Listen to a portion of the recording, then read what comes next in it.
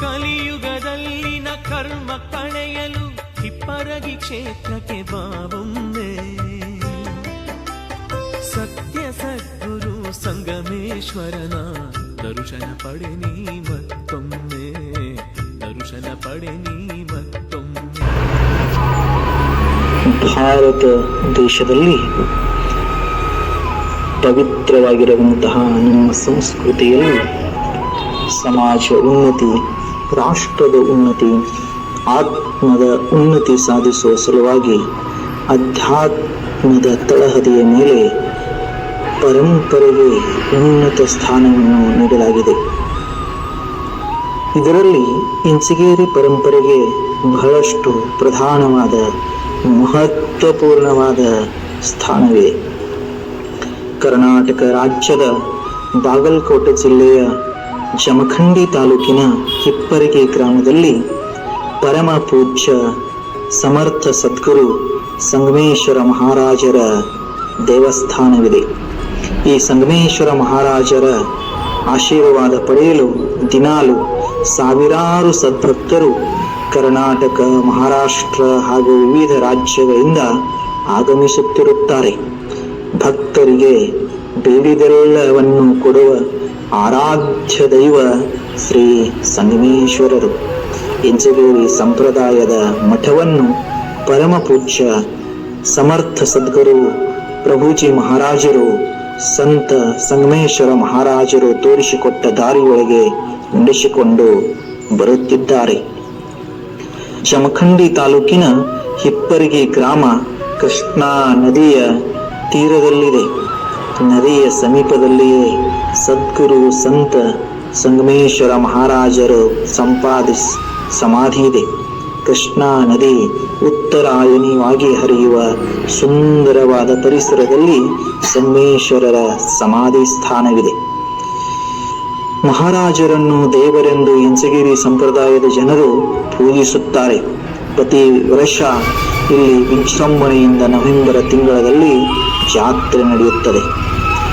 ಇವರ ದೇವಸ್ಥಾನವನ್ನು ನಿರ್ಮಿಸಿದ ಗುಡಿಯಲ್ಲಿ ಭಕ್ತರು ಭಜನೆ, ಕೀರ್ತನೆ, ಧಾರ್ಮಿಕ, ಸಾಂಸ್ಕೃತಿಕ, ಆಧ್ಯಾತ್ಮಿಕ ಸೇವೆ ಕಾರ್ಯಕ್ರಮವನ್ನು ನಡೆಸಿಕೊಂಡು ಬರುತ್ತಿದ್ದಾರೆ. ಈ ಭಾಗದ ಜನರಿಗೆ ಸಂಗಮೇಶ್ವರ ಮಹಾರಾಜರು ಆರಾಧ್ಯ ದೇವರಾಗಿದ್ದಾರೆ. ಬೇಡಿದೆಲ್ಲವನ್ನೂ ಕೊಡುವ ಸಂಗಮೇಶ್ವರರು ಎಂದು ಭಕ್ತರು ನಂಬಿಕೆಯಾಗಿದೆ. ದೇವಸ್ಥಾನ ಸುತ್ತಮುತ್ತ ಅಧ್ಯಾತ್ಮ ಜ್ಞಾನವನ್ನು ಹರಡಿಸುವ ವಾತಾವರಣವನ್ನು ಸಮರ್ಥ ಸದ್ಗುರು ಪ್ರಭುಜಿ ಮಹಾರಾಜರು ಸೃಷ್ಟಿಸಿದ್ದಾರೆ. ಪರಮ ಪೂಜ್ಯ ಸಮರ್ಥ ಸದ್ಗುರು ಸಂಗಮೇಶ್ವರ ಮಹಾರಾಜರ ಪುಣ್ಯತಿಥಿಯನ್ನು ಪ್ರತಿ ವರ್ಷ ನವೆಂಬರ್ ತಿಂಗಳಲ್ಲಿ ಜಾತ್ರೆಯಂತೆ ವಿಜೃಂಭಣೆಯಿಂದ ಲಕ್ಷಾಂತರ ಸದ್ಭಕ್ತರ ಸಾಕ್ಷಿಯಾಗಿ ಆಚರಣೆಯನ್ನ ಮಾಡಲಾಗುತ್ತದೆ. ಇಲ್ಲಿ 3 ದಿನಗಳ ಕಾಲ ಹಬ್ಬದಂತೆ ವಾತಾವರಣ ಮನೆ ಮಾಡುತ್ತದೆ. ಅನ್ನದಾಸೋಹ, ಜ್ಞಾನದಾಸೋಹ, ಸರ್ವಧರ್ಮ ಸಮ್ಮೇಳನ, ಬಯಲಾಟ, ನಾಟಕ, ವಿವಿಧ ರೀತಿಯಾಗಿರುವಂತಹ ಸಾಂಸ್ಕೃತಿಕ ಕಾರ್ಯಕ್ರಮಗಳ ಜೊತೆಯಲ್ಲಿ ಅಂತರ್ಜಾತೀಯ, ಅಂತರಧರ್ಮೀಯ, ಸಾಮೂಹಿಕ ವಿವಾಹಗಳು ನಡೆಯುತ್ತವೆ. ಕೊನೆಯ ದಿನ ಶ್ರೀ ಸಮರ್ಥ ಸದ್ಗುರು ಪರಮ ಪೂಜ್ಯ ಸಂಗಮೇಶ್ವರ ಮಹಾರಾಜರ ಸಮಾಧಿಯ ಮೇಲೆ ಪುಷ್ಪಾರ್ಪಣೆಯನ್ನು ಮಾಡುವುದರ ಜೊತೆಗೆ ಜಾತ್ರೋತ್ಸವ ಕೊನೆಗೊಳ್ಳುತ್ತದೆ. ಹಿಪ್ಪರಗಿ ಮಠದ ಪೀಠಾಧಿಪತಿ ಸಮರ್ಥ ಸದ್ಗುರು ಪರಮ ಪೂಜ್ಯ ಪ್ರಭುಜಿ ಮಹಾರಾಜರು ಇಂಚಗೇರಿ ಸಂಪ್ರದಾಯದ ಬಗ್ಗೆ ಏನು ಹೇಳುತ್ತಾರೆ ಮತ್ತೆ ಸಮಾಜಕ್ಕೆ ಅವರು ನೀಡಿರುವ ಸಂದೇಶವನ್ನಾದರೂ ಏನು ಎಂಬುದನ್ನು ಆಲಿಸೋಣ ಬನ್ನಿ ವೀಕ್ಷಕರೇ.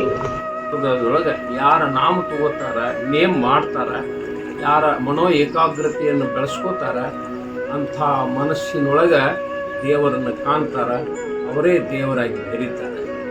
ज्ञानी मुक्त होऊन गेले त्यांचे सामर्थ्य मागच चालले ಅಂತಾರೆ. ಜ್ಞಾನಿಗಳು ಮುಕ್ತ ಆಗಿ ಹೋಗ್ತಾರೆ, ಆದ್ರೆ ಅವರ ದೇಹ ಎಲ್ಲಿ ಬಿದ್ದಿರ್ತತಿ ಅಲ್ಲಿ ಸಾಮರ್ಥ್ಯ ಅವರನ್ನು ನಡ್ಕೊಂಡು ಹೋಗ್ತೈತಿ. ಆ ದಿಶೆಯೊಳಗೆ ಇವತ್ತು ಇಂಚೇರಿ ಸಂಪ್ರದಾಯದೊಳಗೆ ಯಾರ್ಯಾರು ನಾಮ ತಗೊಂಡಾರ, ನೇಮ್ ಮಾಡ್ಯಾರ, ಆ ರೀತಿಯೊಳಗೆ ಗುರುಲಿಂಗ ಜಂಗಮ್ ಮಹಾರಾಜರು ಹಿಡ್ಕೊಂಡು ಬಾಬಾಸಾಹೇಬ್ ಮಹಾರಾಜರು, ನಿರ್ಮಲ್ಲೇಶ್ವರ ಮಹಾರಾಜರು, ಮಾಧವಾನಂದ ಪ್ರಭುಜಿಯವರು, ಸಂಗಮೇಶ್ವರ ಮಹಾರಾಜರು, ಶಿವಪ್ರಭು ಮಹಾರಾಜರು, ಕಲ್ಮೇಶ್ವರ ಮಹಾರಾಜರು, ಔಜಿ ಮಹಾರಾಜರು, ಅನೇಕ ಜನ ಇವತ್ತು ನಾಮ ತಗೊಂಡು ನೇಮ್ ಮಾಡಿ ದೇವರೆನಿಸಿಕೊಂಡು ಬಾಳಿ ಇವತ್ತು ಜಗತ್ತಿಗೆ ಉಪಕಾರವನ್ನು ಮಾಡಿ ಪ್ರತಿಯೊಬ್ಬರಿಗೂ ಸುಖ ದುಃಖ ಶಾಂತಿ ಸಮಾಧಾನ ನೆಮ್ಮದಿ ಲಭಿಸಲಿ ಅಂತ ತಿಳ್ಕೊಂಡು ತಮ್ಮ ಅನುಭವವನ್ನು ಹಂಚಿಕೊಂಡಾರ. ಅದರಿಂದ ಇದೊಂದು ಇಂಚಿಗೇರಿ ಸಂಪ್ರದಾಯ ಬೆಳೆದು ನಿಂತದ. ಅಂಥ ಒಂದು ಸಂಪ್ರದಾಯದೊಳಗೆ ನಿರ್ಮಲ್ಲೇಶ್ವರ ಮಹಾರಾಜರಿಂದ ನಾಮ ತಗೊಂಡು ನೇಮ ಮಾಡಿದಂಥವ್ರು ಯಾರಪ್ಪ ಅಂತಂದ್ರೆ ಸದ್ಗುರು ಸಮರ್ಥ ಸಂಗಮೇಶ್ವರ ಮಹಾರಾಜರು. ಆ ಸಂಗಮೇಶ್ವರ ಮಹಾರಾಜರು ಸಾವಳಿಗಳು ಹುಟ್ಟಿದ್ರು, ಆಮೇಲೆ ಬೆಳೆದ ಮೇಲೆ ಸದ್ಗುರು ಸಮರ್ಥ ಗಿರಿಮಲ್ಲೇಶ್ವರ ಮಹಾರಾಜರು ಉಪದೇಶ ಪಡ್ಕೊಂಡ್ರು. ಯಾವಾಗ ಉಪದೇಶ ಪಡ್ಕೊಂಡ್ರು ಅದೇ ಕ್ಷಣಕ್ಕೆ ಅವರಿಗೆ ಜ್ಞಾನೋದಯ ಆಯಿತು. ಜ್ಞಾನೋದಯ ಆದಮೇಲೆ ಅವರು ಹರಿಜನ, ಗಿರಿಜನ, ಹೀನ, ದಲಿತರ, ಕಷ್ಟ ಸೋಸುವಂಥವರ, ದುರ್ಬಲರ ಎಲ್ಲರ ಸೇವೆಯನ್ನು ಮಾಡೋದ್ರೊಳಗೆ ಮುಂದೆ ಬಂದರು. ಅಷ್ಟ ಅಲ್ಲ, ಸದ್ಗುರುವಿನ ಸೇವೆಯನ್ನು ನಿಷ್ಠೆಯಿಂದ ಮಾಡ್ಕೋತ ಬಂದರು. ಸದ್ಗುರುವಿನ ತೊಡಿ ಮೇಲನ ಈ ಹಿಪ್ಪರಿಯೊಳಗೆ ಅವರ ದೇಹ ಬಿಟ್ಟದ್ದರಿಂದ ಅವರ ದೇಹವನ್ನು ಇಲ್ಲೇ ಉತ್ತರಾಭಿಮುಖವಾಗಿ ಹರಿದಂಥ ಕೃಷ್ಣಾ ತಟದೊಳಗೆ ಅವರ ಸಮಾಧಿಯನ್ನು ಮಾಡಲಾಯಿತು. 1931 ಇಲ್ಲಿ ಸಮಾಧಿ ಆದ್ಮೇಲೆ ಆ 31ರಿಂದ ಇಲ್ಲಿವರೆಗೆ ಅವರ ಪುಣ್ಯ ಸ್ಮರಣೋತ್ಸವವನ್ನು ಮಾಡ್ಕೋತ ಬಂದರು. ಅದರಿಂದ ಆ ಸಮಾಧಿ ಮಾಡಿದಾಗ ಅವರ ಗುರುಗಳು ಗಿರಿಮಲ್ಲೇಶ್ವರ ಮಹಾರಾಜ್ ಸಮಾಧಿ ಮೇಲೆ ನಿಂತು ಇಲ್ಲಿ ಸಂಗಯ್ಯಪ್ಪ ದೇವರಾಗಿದ್ದಾನೆ, ಯಾರು ತಮಗೆ ಏನೇ ಕಷ್ಟ ಬಂದರು, ನಷ್ಟ ಬಂದರು, ಲೌಕಿಕವಾಗಿ ತಾಪತ್ರಯದೊಳಗಿದ್ರು, ಎಲ್ಲ ಥರದಿಂದಲೂ ಸುಖ ಸೌಖ್ಯ ಶಾಂತಿ ಪಡಿಬೇಕಾಗಿದ್ರೆ ಈ ಸಂಗಯ್ಯಪ್ಪ ಕಾಮದೇವಿ ಸರ್ಕದಾನ, ಕಲ್ಪವೃಕ್ಷದಾನ, ಇಲ್ಲಿ ಬಂದು ಬೇಡ್ಕೋರಿ, ಬೇಡಿದವ್ರಿಗೆ ಬೇಡಿದ್ದನ್ನು ಕೊಡ್ತಾನ ಸಂಗಯ್ಯಪ್ಪ. ನಾವು ಕೊಡಲಿಲ್ಲ ಅಂದ್ರೆ ನಾ ಜಾಮೀನದನೆ ಅಂತ ಹೇಳಿ ಎದಿಕೆ ಹೆಚ್ಕೊಂಡು ಹೇಳಿದಂಥ ವಾಕ್ಯ 1930ರಿಂದ ಇಲ್ಲಿಯವರೆಗೆ ನಡ್ಕೊಂಡು ಬಂದದ. ಅವರು ಭಕ್ತಾದಿಗಳು ಎಲ್ಲ ಕಡೆ ಬಾಂಬೆ ಹಿಡ್ಕೊಂಡು 3 ಸ್ಟೇಟ್ಗಳಿಂದ ಎಲ್ಲ ಜನರು ಬರ್ತಾರೆ. ತಮ್ಮ ಇಷ್ಟಾರ್ಥ ಸಿದ್ಧಿಗಾಗಿ ಇಲ್ಲಿ ಬೇಡ್ಕೋತಾರ. ಅವ್ರು ಸಿದ್ಧಿಸಿದ ನಂತರ ಇಲ್ಲಿ ಕಾಣಿಕೆ ರೂಪದೊಳಗೆ ಅವ್ರು ಏನೋ ಸಲ್ಲಿಸ್ತಾರ.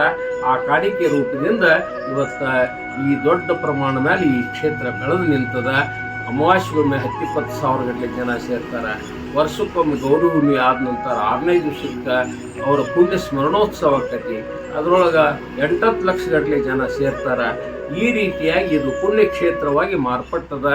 ಗಿರಿಮಲ್ಲೇಶ್ವರ ಮಹಾರಾಜರ ಅಂದ ಪ್ರಕಾರ ಈ ಹಿಪ್ಪರಿ ಸಂಗಯ್ಯಪ್ಪನ ಕ್ಷೇತ್ರ ಎಂಥದಪ್ಪ ಅಂದ್ರೆ ಪಂಢರಪುರ ಆಕೈತೆ ಅಂತ ಅವರ ಭವಿಷ್ಯ ನೋಡಿದಾರ. ಅವ್ರ ಭವಿಷ್ಯವಾಣಿಯಂತೆ ಇವತ್ತು ಪಂಢರಪುರ ಕ್ಷೇತ್ರವನ್ನು ಮೆರೆಸುವಂಗನ ಇವತ್ತು ಶ್ರೀ ಕ್ಷೇತ್ರ ಹಿಪ್ಪರಿಗೆ ಬೆಳೆದು ನಿಂತೈತೆ ಅಂದ್ರೆ ಏನು ತಪ್ಪೇನಾಗುವುದಿಲ್ಲ. ಇಂದಿನ ಆಧುನಿಕ ಯುಗದಲ್ಲಿ ಸಮಾಜಕ್ಕೆ ತಾವೇನು ಸಂದೇಶ ಕೊಡ್ಲಿಕ್ಕೆ ಬಯಸ್ತೀರಿ? ಇಂದಿನ ಆಧುನಿಕ ಯುಗದಲ್ಲಿ ಮನುಷ್ಯನ ಶುದ್ಧ ಚಾರಿತ್ರ್ಯವನ್ನು ನಾವು ಬಯಸ್ತಾ ಇದ್ದೇವೆ.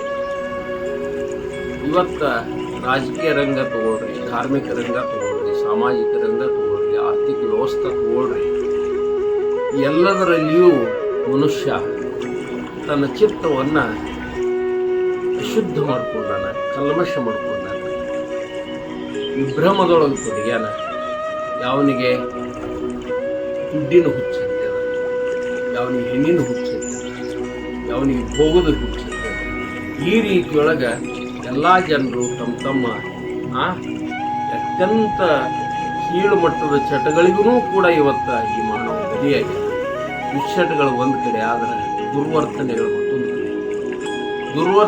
ಮತ್ತೊಂದು ಕಡೆ ಆದರೆ ಮಗದೊಂದು ಕಡೆ ನಾನು ನಂದು ಅಂತ ತಿಳ್ಕೊಂಡ ಅಹಂಕಾರ, ಅದರ ಸ್ಪರ್ಧೆಗೆ ಇಳಿದು ಮಾಡಬಾರ್ದಂಥ ಕುಕೃತ್ಯದೊಳಗೆ ಇವತ್ತು ಶ್ರೀಮಂತರು ತೊಡಗ್ಯಾರ, ರಾಜಕಾರಣಿಗಳು ತೊಡಗ್ಯಾರ, ಇವತ್ತು ಮಠಾಧೀಶರು ತೊಡಗ್ಯಾರ ಅಂದ್ರೇನು ತಪ್ಪಾಗಲ್ಲ. ಈ ದಿಶೆಯೊಳಗೆ ಇವತ್ತು ಇಂಥ ಸಮಾಜ ಕೆಟ್ಟದೊಳಗೆ ಇವತ್ತು ಯಾರನ್ನು ಶುದ್ಧ ಮಾಡಬೇಕು ಅಂತ ಹೇಳಿದ್ರೆ ಇವತ್ತು ಮನುಷ್ಯನನ್ನು ಶುದ್ಧ ಮಾಡಬೇಕು.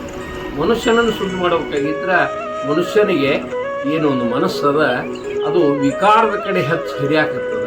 ಆ ವಿಕಾರದ ಕಡೆ ಹರಿಯೋದನ್ನು ತೆಗೆದು ಸತ್ಯದ ಕಡೆ ಹರಿಸುವಂಥ ಪದ್ಧತಿಯನ್ನು ರೂಢಿಸ್ಬೇಕಾಗ್ಯದ. ಅಂಥ ಒಂದು if you control your mind you can control whole world ಅಂತ ಏನಂತಾರೆ. ತನ್ನ ಶಕ್ತಿಯನ್ನು ಸಾಮರ್ಥ್ಯವನ್ನು ಕಳ್ಕೊಂಡು ದುರ್ಬಲರಾಗಿ, ಹೇಡಿಗಳಾಗಿ, ಕುಕ್ಕಲುಗಳಾಗಿ, ಇವತ್ತು ಭಿಕಾರಿಗಳಾಗಿ ತಿರುಗುವಂಥ ಪರಿಸ್ಥಿತಿ ಒಂದು ಕಡೆ ಆದರೆ, ಮತ್ತೊಂದು ಕಡೆ ಇವತ್ತು ಸಂಪತ್ತಿನ ಹುಚ್ಚಿನಿಂದ ಮಾಡಬಾರ್ದನ್ನು ಕುಕೃತ್ಯಗಳಿಗೆ ತೊಡಗಿ ಇವತ್ತು ಸಮಾಜವನ್ನು ಬಲಿ ಕೊಡುವಂಥ ಮಹಾನ್ ಘಾತಕ ಶಕ್ತಿಗಳು ಒಂದು ಕಡೆ ನಿರ್ಮಾಣ ಆಗಿರ್ತವೆ. ಇವೆಲ್ಲ ಶಕ್ತಿಗಳನ್ನು ಎಲ್ಲವನ್ನ ನಿಯಂತ್ರಣ ಮಾಡೋದನ್ನ ಮನಸ್ಸು. ಅಂಥ ಮನಸ್ಸಿಗೆ ನಾಮ ಕೊಟ್ಟಾರೆ, ನಾಮಸ್ಮರಣೆ ಮಾಡಂದಾರ. ಮನಸ್ಸು ಶುದ್ಧ ಮಾಡ್ಕೊಂಡ್ರೆ ಚಿತ್ ಶುದ್ಧ ಆಕತಿ. ಚಿತ್ ಶುದ್ಧ ಆದ್ರೆ ಇವ್ಯಾವ ಕೃತ್ಯಗಳೊಳಗೆ ಯಾರೂ ತೊಡಗುವುದಿಲ್ಲ. ಅದಕ್ಕೆ ದಯವಿಟ್ಟು ಇವತ್ತು ಪ್ರತಿಯೊಬ್ಬ ಮಾನವನ ಚಿತ್ತ ಶುದ್ಧಿನ ನಮ್ಮದು ಏಕೈಕ ಗುರಿ ಅಂತ ತಿಳ್ಕೊಂಡು ಈ ಸಂಪ್ರದಾಯದೊಳಗೆ ಎಲ್ಲ ಥರದಿಂದ ಹೋರಾಟ ನಡೀತಾ ಇದೆ. ಧನ್ಯವಾದ. ಈ ಮಠದಲ್ಲಿ ತಾವು ಸರ್ವಧರ್ಮ ಸಮ್ಮೇಳನ ಮಾಡ್ತೀರಿ, ಅದು ವರ್ಷಕ್ಕೊಮ್ಮೆ ಮಾಡ್ತೀರೋ ಅಥವಾ?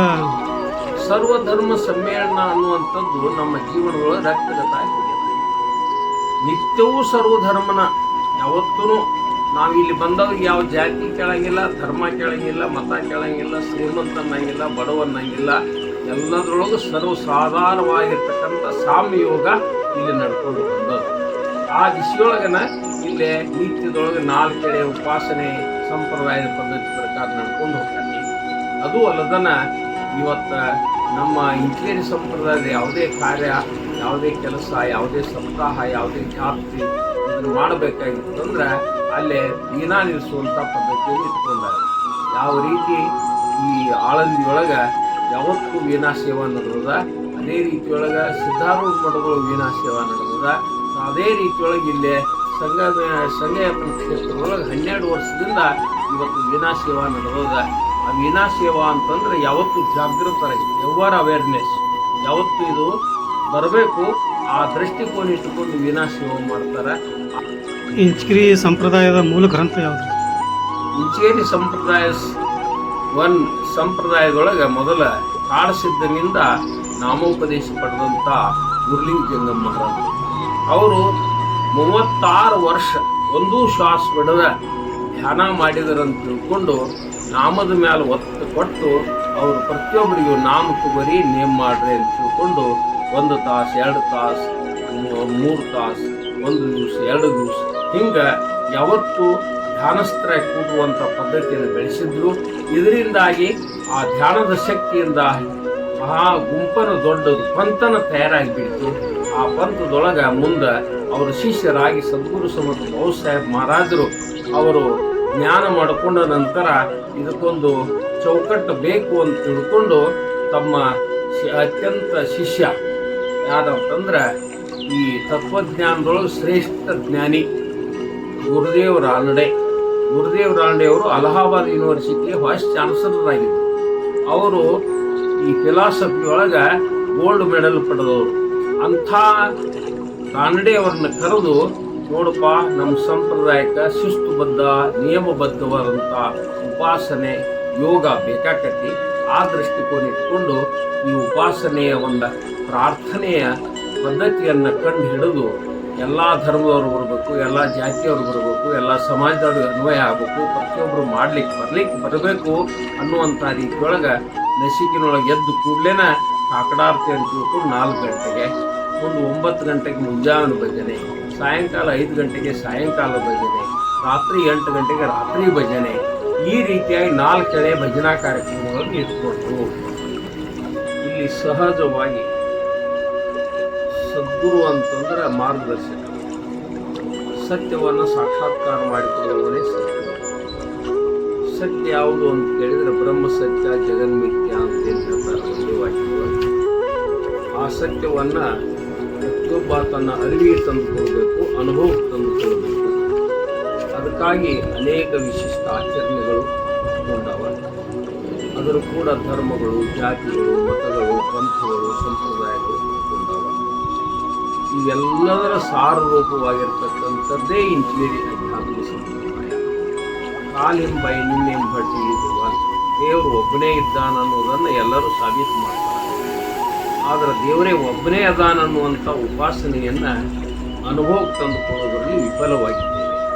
ಎಲ್ಲ ಧರ್ಮಗಳು, ಎಲ್ಲ ಜಾತಿ ಮತ ಪಂಥಗಳು ನನ್ನದೇ ಶ್ರೇಷ್ಠ ಅನ್ನುವಂಥ ರೀತಿಯೊಳಗೆ ಅಹಂಕಾರದಿಂದ ಇವತ್ತು ಈ ಜಗತ್ತಿಗೆ ಕಂಟಕವನ್ನು ತಂದಿರ್ತಕ್ಕಂಥ ಪರಿಸ್ಥಿತಿ ಉಂಟಾಗಿದೆ. ಇಂಥದ್ರೊಳಗೆ ಇಂಚಗೇರಿ ಸಂಪ್ರದಾಯ ಅವಿರೋಧಿ, ಅಪೌರುಷ, ಯಾವುದಕ್ಕೂ ವಿರೋಧ ಇಲ್ಲ. ಸೃಷ್ಟಿಯ ಪ್ರತಿಯೊಂದು ಪರಿವರ್ತನೆಗೂ ವಿರೋಧಿಲ್ಲ, ಸೃಷ್ಟಿಯ ರಚನೆಗೂ ವಿರೋಧಿಲ್ಲ. ಈ ಸೃಷ್ಟಿಯ ರಚನೆಯೊಳಗೆ ಇಡೀ 84 ಲಕ್ಷ ಜೀವರಾಶಿಗಳೇನದಾವ ಅವೆಲ್ಲದಕ್ಕೂ ಜನ್ಮಸಿದ್ಧ ಹಕ್ಕನ್ನು ಪಡ್ಕೊಂಡು ಬಂದಿರ್ತಾವ. ಅಂದ ಮೇಲೆ ಒಂದು ಜೀವಿ ಮತ್ತೊಂದು ಜೀವಿ ಮೇಲೆ ಆಕ್ರಮಣಕಾರಿಯಾದಂಥ ಬದುಕನ್ನು ಬದುಕಬಾರದು ಅನ್ನುವಂಥ ಸಿದ್ಧಾಂತದ ಅನ್ವಯ ಇವತ್ತು ಮಾನವ ಜನಾಂಗಕ್ಕೆ ಅತಿ ಸುಲಭ ಸಹಜವಾದಂಥ ರೀತಿಯೊಳಗೆ ಭಗವಂತ ಅವನಿಗೆ ಹೆಸರದ ಅಂದ್ರೆ ನಾಮದ ಏಕಲ್ಲ ಹಜಾರ ನಾಮ, ದೇವನೊಬ್ಬ ನಾಮಗಳು ಅದು ಅನಂತ ನಾಮಗಳಿರುವುದರಿಂದ ಬೇಕಾದವ್ರು ಬೇಕಾದ ನಾಮದಿಂದ ಕರೆದರೂ ಕೂಡ ದೇವರು ಓ ಅಂತಾನೆ. ಆ ದಿಶೆಯೊಳಗೆ ಇಲ್ಲಿ ಇಂಚಗೇರಿ ಸಂಪ್ರದಾಯದೊಳಗೆ ಭಗವಂತನ ನಾಮವನ್ನು ಜಪಿಸಲಿಕ್ಕೆ, ನೆನಪು ಮಾಡಿಕೊಳ್ಳಿಕ್ಕೆ, ಸ್ಮರಣೆಗೆ ತಂದುಕೊಳ್ಳಿಕ್ಕೆ, ಧ್ಯಾನಿಸಲಿಕ್ಕೆ ಸುಲಭವಾಗಿ ನಾಮ ತಗೋ ನೇಮ್ ಮಾಡು ಅಂತೇಳಿ ಎರಡ ಮಾತಿನೊಳಗೆ ಹೇಳಿಕೊಟ್ಬಿಟ್ಟಾರ. ಯಾರು ಸದ್ಗುರುವಿಗೆ ಶರಣಾಗಿ ನಾಮ ತಗೊಂಡು ನೇಮ್ ಮಾಡ್ತಾರ ಅವರು ಮನಸ್ಸು ಶುದ್ಧ ಆಕತಿ. ಯಾರ ಮನಸ್ಸು ಶುದ್ಧ ಆಕತಿ ಅವ್ರ ಚಿತ್ತ ಶುದ್ಧ ಆಕತಿ. ಯಾರ ಚಿತ್ತ ಶುದ್ಧ ಆಕತಿ ಅವಾಗ ತನ್ನ ಸ್ವಸ್ವರೂಪವನ್ನು ಅರಿವಿಗೆ ತಂದುಕೊಳ್ಳಿಕ್ಕೆ ಬರ್ತದ. ಅದು ಇಂಚಗೇರಿ ಸಂಪ್ರದಾಯದ ಆತ್ಮಜ್ಞಾನ. ಇದು ಮಠ ಅಂತಂದ್ರೆ ಪ್ರತಿಯೊಬ್ಬ ಜೀವಿಯ ಶರೀರ ಒಂದು ಮಠನ ಅಂತ ಭಾವಿಸಲಿಕ್ಕೆ ಬರ್ತದೆ. ಹೇಳ್ತಾರೆ ದೇಹತೋ ಪಂಡರಿ ಆತ್ಮ ಪಂಡರಿ ರಾವ. ಆತ್ಮವೇ ದೇವರು. ಆತ್ಮ ಯಾರು? ತಾನು. ಆತ್ಮ ಯಾರು? ಪರಮಾತ್ಮನವರು. ಪರಮಾತ್ಮ ಬೇರೆ, ಆತ್ಮ ಬೇರೆ. ಪರಮಾತ್ಮನೇ ಆತ್ಮ, ಆತ್ಮನೇ ಪರಮಾತ್ಮ. ತಾನೇ ಪರಮಾತ್ಮ, ತಾನೇ ದೇವರು. ಅಹಂ ಬ್ರಹ್ಮಾಸ್ಮಿ ಅನ್ನೋದು ಸಿದ್ಧ ಆಗ್ತದೆ. ತತ್ವತಿ ಮಸಿ ಅನ್ನೋದು ಸಿದ್ಧ ಆಗ್ತದೆ. ಅಯಮಾತ್ಮ ಬ್ರಹ್ಮ ಅನ್ನೋದು ಸಿದ್ಧ ಆಗ್ತದೆ. ಅಷ್ಟ ಅಲ್ಲ, ಸರ್ವಂ ಕಲ್ವಿದಂ ಬ್ರಹ್ಮ ಅನ್ನೋದು ಸಿದ್ಧ. ಇದು ಸಿದ್ಧ ಆದ ಮೇಲೆ ಪ್ರತಿಯೊಬ್ಬನೂ ಒಬ್ಬರಿಗೊಬ್ಬರು ಪ್ರೇಮದಿಂದ, ಸಹಕಾರದಿಂದ, ಬಂಧುತ್ವದಿಂದ, ಆನಂದ ಈ ಜೀವನವನ್ನು ಕಟ್ಕೊಳ್ಳಿಕ್ಕೆ ಬರ್ತದೆ, ಬಾಳಲಿಕ್ಕೆ ಬರ್ತದೆ, ಅದನ್ನು ಅನುಸರಿಸ್ಲಿಕ್ಕೆ ಬರ್ತದೆ. ಈ ಅನುಸರಿಸಬೇಕಾಗಿತ್ತಂದ್ರೆ ಇಂಥ ಭಕ್ತಿ ಪ್ರತಿಯೊಬ್ಬರಲ್ಲಿ ಹುಟ್ಟಬೇಕು. ಪ್ರತಿಯೊಬ್ಬರಲ್ಲಿ ಹುಟ್ಟಬೇಕಂತ ತಿಳ್ಕೊಂಡು ಅದು ಆ ರೀತಿಯೊಳಗೆ ನಾವು ಈ ಪ್ರಕೃತಿಗೆ, ದೇವರಿಗೆ, ಸೃಷ್ಟಿಗೆ ಅನ್ಯಾಯ ಬಗೆಲ್ದನ ಪ್ರತಿಯೊಂದು ಜೀವಿಗೂ ನಾವು ಅನ್ಯಾಯ ಬಗೆಯುವುದಿಲ್ಲ. ನಾವು ಎಲ್ಲವನ್ನೂ ಸಹನ ಮಾಡಿಕೊಂಡು ಸೈರಿಸಿಕೊಂಡು ಅದರೊಳಗೆ ಅವರನ್ನು ಬಾಳಗೊಟ್ಟು ನಾವು ಬಾಳ್ತೀವಿ ಅನ್ನುವಂಥ ಸಿದ್ಧಾಂತವನ್ನು ರಾಜಕೀಯವಾಗಿ, ಸಾಮಾಜಿಕವಾಗಿ, ಆರ್ಥಿಕವಾಗಿ, ಧಾರ್ಮಿಕವಾಗಿ ಇವತ್ತು ಬಳಸಲ್ಪಡಬೇಕು ಅನ್ನುವಂಥ ದೃಷ್ಟಿಕೋನ ಇಟ್ಟುಕೊಂಡು ಎಲ್ಲ ದೃಷ್ಟಿಯ ಎಲ್ಲ ಸ್ತರದ ಸೇವೆಯನ್ನು ಮಾಡುವಂಥ ಅವಕಾಶವನ್ನು ಇಂಚಗೇರಿ ಸಂಪ್ರದಾಯ ಸಮಿತಿಗಳು ಪ್ರತಿಯೊಬ್ಬ ನಾಮಧಾರಿಗಳಿಗೆ ಕಲ್ಪಿಸಿಕೊಟ್ಟಿದ್ದಾರೆ. ಸಮಾಜದ ಉನ್ನತಿಗಾಗಿ ಪ್ರತಿ ವರ್ಷ ಈ ಮಠದಲ್ಲಿ ಯಾವ ಕಾರ್ಯಕ್ರಮ ಮಾಡ್ತೀರಿ ನೀವು? ಇಂಚಗೇರಿ ಅಧ್ಯಾತ್ಮ ಸಂಪ್ರದಾಯದೊಳಗೆ ಇಲ್ಲಿ ಅತಿ ಸುಲಭ ಸಹಜವಾದಂಥ ತತ್ವಜ್ಞಾನವನ್ನು ಅರ್ಥಾತ್ ಆತ್ಮಜ್ಞಾನವನ್ನು ಪಡೆಯೋದಕ್ಕೋಸ್ಕರವಾಗಿ ಸುಲಭವಾದಂಥ ಮಾರ್ಗದರ್ಶನವನ್ನು ಇಂಚಗೇರಿ ಸಂಪ್ರದಾಯ ಸದ್ಗುರುಗಳು ಕಂಡುಹಿಡಿದು ಅದನ್ನು ಬೋಧಿಸುತ್ತಾ ಬಂದಿದ್ದಾರೆ.